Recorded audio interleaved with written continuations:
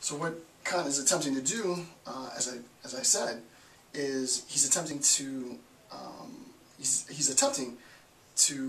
articulate an account, right? An account of the a priori knowledge, right? Of a priori knowledge, and its relationship to synthetic judgments, right? There are synthetic judgments that we can make. The cat is on the mat, and there are constructs which allow us to justify the validity of that claim. Those constructs themselves can't be contingent on experience, because then it becomes circular, it becomes dogmatic. So what he's attempting to do is to, in a sense, posit, to use Fichte's term, but he's attempting to posit something outside of metaphysics for which we analyze metaphysics. And this is something that I haven't seen any, and this might, I haven't read everything that there is on Kant. I try not to read too many secondary authors. I'd rather just read the primary author directly. So someone may have done this, but to my knowledge, no one's done the analysis that I'm about to do. Kant is a little upset in section 3, right? And I'm going to situate his sort of grievance. First, what we'll see in the notes is that the governing structure, the title is The Governing Structure of Our Understanding. For Kant, the governing structure of our understanding, right, the things that we know, is governed by this idea of contradiction, right? Specifically the law of contradiction, right? One and the same object cannot both exist and not exist. One and the same object cannot both be some height and not some height at the same time, at the same space, occupying the same space, and so on, right? So this condition for our understanding, to be technical, right? The conditions in which we come to learn stuff, for Kant, exists independent to experience, right? The condition that allows me to understand the world cannot exist within the world. And the question is, well, why couldn't it exist within the world? The condition in which I come to learn cannot itself exist within the world. And the question is, well, why couldn't it? Well, if you think about it really, really simply, like in 5-year-old terms, it might be the case that you don't identify it in the world. And if you don't identify it in the world, then you could never know. So that doesn't seem right. Another reason why the conditions for my understanding, the reason why it could not exist in the world, is that the conditions for my understanding existing in the world would require a prior condition for me to understand, to find that understanding, right? So that it would be like this infinite regress, right? So that doesn't make any sense. So according to Kant, and he's absolutely right, the conditions for my understanding reside within these analytic judgments, right? These analytic judgments, and not even just analytic, it gets more complicated than that, in the a priori, to be technical, right? The existence for my understanding, the conditions for my understanding exist a priori, within the a priori, right? Independent to experience, right? They allow and serve as the conditions for which I interpret and understand experience, right? So that's a very, very, very technical point in Kant, but it's extremely important. And basically all it's saying is that in order for me to make sense of the world, I have to have, beforehand, a means of interpreting the world. That's all that's being said, right? And I think that hopefully should be clear. Okay, so the second point, when we're talking about the governing structures of our understanding, I'm going to actually write this part down. So we have our understanding here.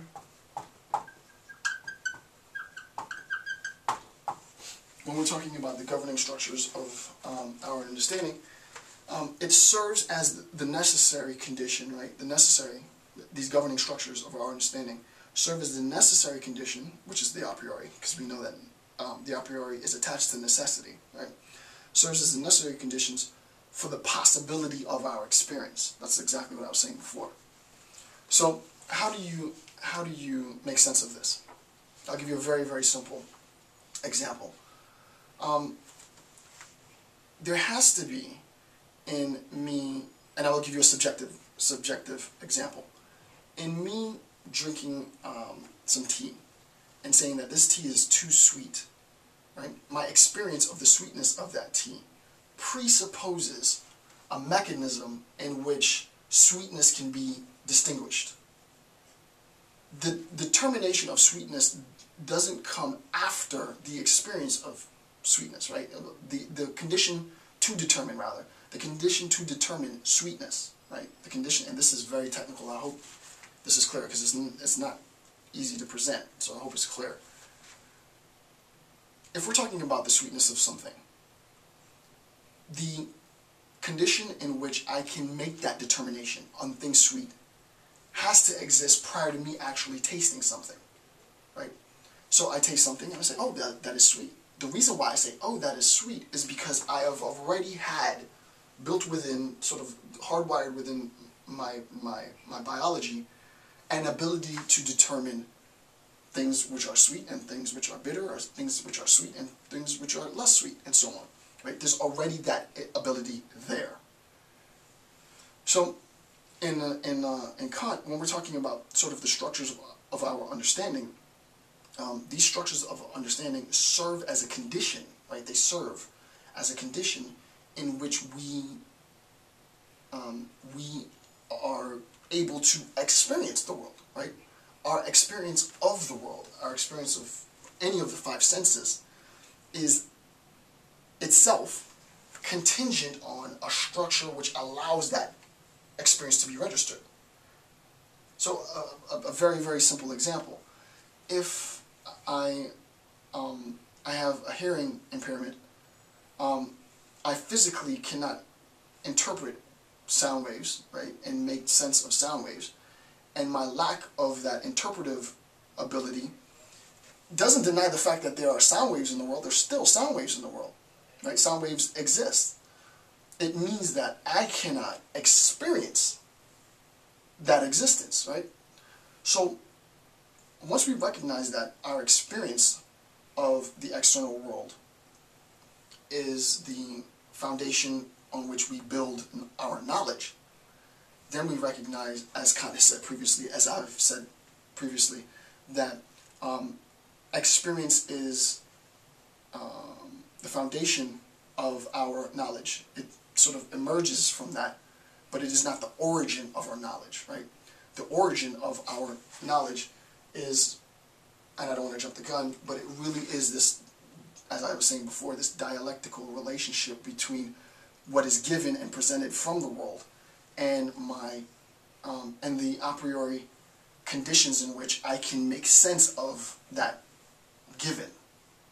That's the only way I know how to put it. So let me read that again and try to make that a little bit more user-friendly. The governing structures of our understanding serve as the necessary condition, right, for the possibility of our experience, right? So another simple example, I think examples help. You're in the kitchen, you're cooking, you're going to scramble some eggs. One of the necessary conditions of scrambling eggs is heat. You're not going to be able to scramble eggs without heat. So in order to talk about an experience of scrambled eggs, not only do you need the thing, right, the thing that sort of the center stage, the egg, and the pan and so on and so forth, you need heat, right? Heat is a condition for the possibility of scrambled eggs, right? That should be extremely clear. Similarly, to go back to the example of hearing impairment, in order to talk about the experience of sound, and thus the knowledge that can be built on sound, all of that discourse presupposes two things: the existence, the metaphysical existence of wavelengths, and my interpretation of that existence. Where there is a discord, where there's disharmony between the existence and my interpretation of that existence, then my phenomenal experience is going to obviously be different from someone else's. And I think on its very, very general level, that's all Kant is saying at this level, right? All he's saying is that there exists structures of our understanding, and those structures of our understanding, it would be ridiculous to think that those structures exist within the world, right? It doesn't make any sense. Those structures for our understanding cannot exist within the world. They cannot exist within the world, and they do not exist within the world. So the question is, where do they exist? And then the higher order question is, what are the conditions for those things? And that's what Kant is discussing here.